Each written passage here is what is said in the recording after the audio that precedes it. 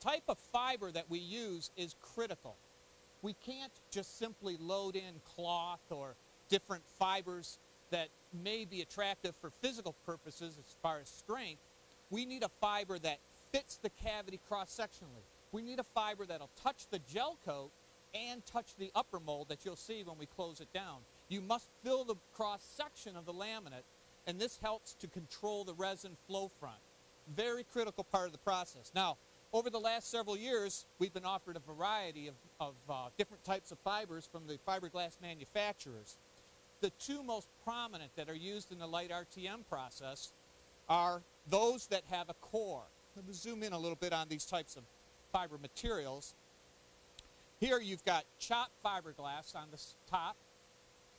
Turn it over, you would have chopped fiberglass. But the key is, in the center, in this case, there is a polypropylene felt.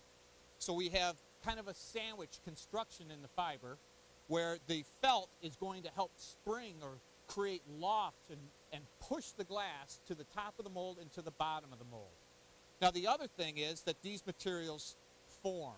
They take shape and they have memory. Absolute brilliant materials.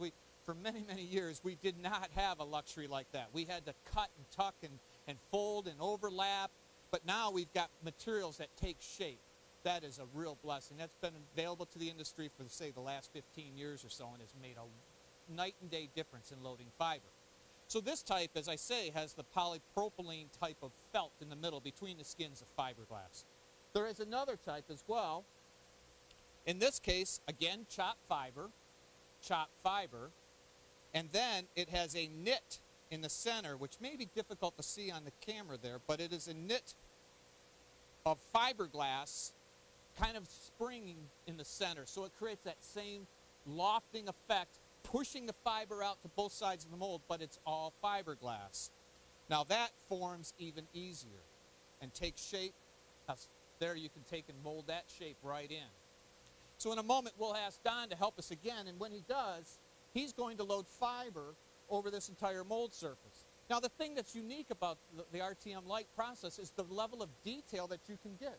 Look at this shape. Look at these protruding. These are the sink basin outlets, as it were, on the bottom of the sink. But we're able to form the fiber right around these types of details, these small, intricate changes in geometry. We're able to pick all that up with RTM light. We're able to take in this shape. Now the only limit that we have is that we can't have it return on itself or be die locked. We have ways around that. We can put inserts in the mold, and we can actually mold die lock parts. What we're going to demonstrate for you today is not die lock. The mold has simply come apart, and the part simply comes off the mold without being locked on, as it were. I think you understand what I'm saying is if this shape were hourglassed and it wouldn't slide straight up out of the mold. All the surfaces on here are not die locked. There's no hourglass shapes. They all lift right off, and that's an important design feature when you're considering parts for the process. Mind you, if you have something that's die locked, that's by design to fit something else, has to have it, talk to us. We have a way to do that, but for most applications, you avoid die lock whenever you can. You want angles of draft to be at least a half a degree, but we like to see 2 to 3 degrees of positive draft, enabling parts to slide off most easily. Straight, perfect vertical walls can be problematic as well as a die lock. It's in nearly the same category. So we want draft. As you can see, this has tremendous amount of draft, making it very easy to demold. And even these surfaces may not be able to see it on the camera, but there is degrees of draft on each of these areas here.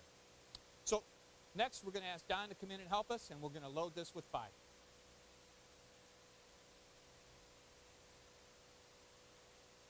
Okay, now we'll have Don loading fiber.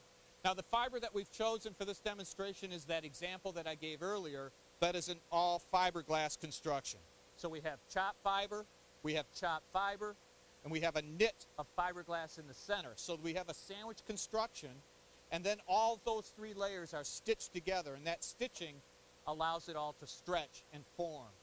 Now let's watch Don just see how easy it is for him to load the fiber into this shape.